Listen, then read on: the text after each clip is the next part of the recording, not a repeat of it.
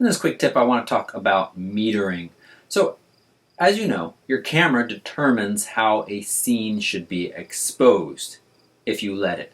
Even if you put it in manual mode, it uses the little exposure indicator at the bottom of the screen to let you know where it thinks your setting should be to hit the middle. Now, depending on what you're photographing, the middle might not be correct for you. Photographing snow, you want to go above the middle because the camera is always trying to get to this kind of middle 18% gray value. Not gray color, but this middle 18% gray value. If you're photographing a black cat, you want to go below the middle exposure so that the black will actually be black and not gray. And the same with the snow I just said, so that the snow is white and not gray. So how does the camera decide what the scene looks like? Well, it does that through metering. And there are a couple different metering modes where you can control exactly what the camera is looking at.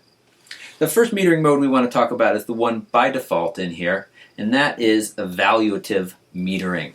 And it basically looks at the whole scene with a little bit stronger emphasis on the middle and determines the best. It's kind of default. It's kind of the auto of metering modes, similar to putting your camera in the A, except this is just controlling your metering mode. Your next option, and it's going to keep doing that, is partial metering. This is, it says for bright backgrounds with backlit subjects. It is emphasizing the center just a little bit more. But in my experience, it really doesn't do a good enough job with bright backlit backgrounds. So the two that I use, I leave it on evaluative most of the time.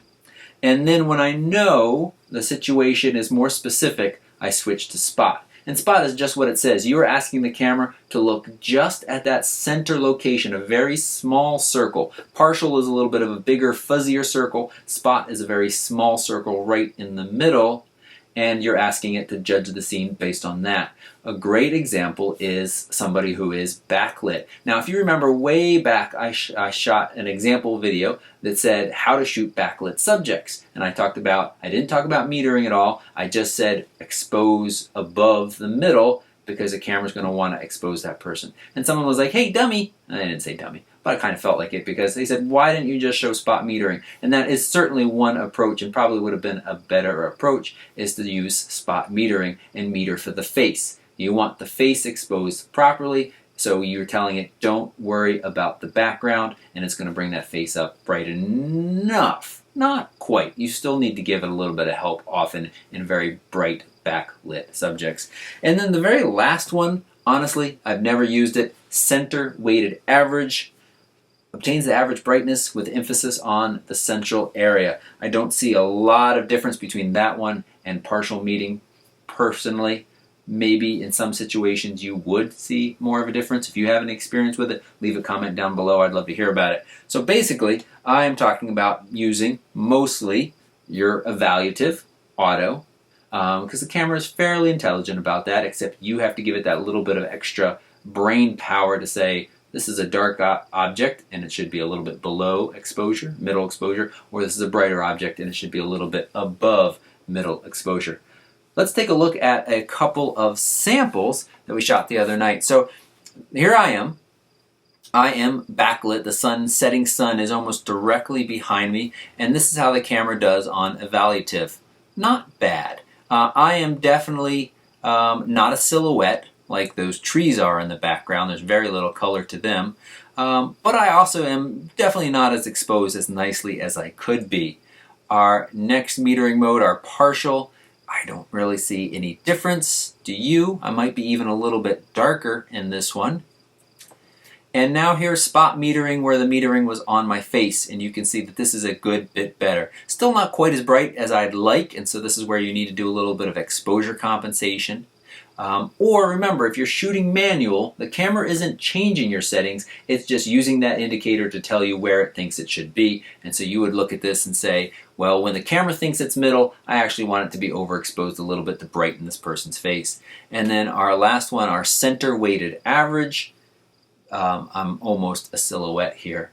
Now let's flip 180 degrees so the sun is now on me, much less challenging situation, and we're starting with our first metering mode, which was our evaluative.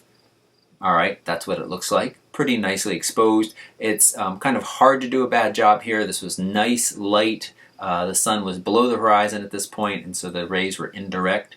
Here we are with our next one, which was what? Partial metering. Okay, a little brighter. I might like that a little bit better. Spot metering.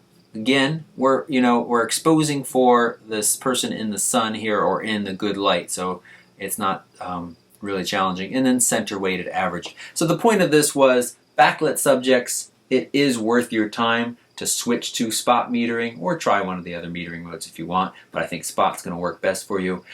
Front lit subjects or nicely lit subjects, you really can just leave it on evaluative and you won't have any issue.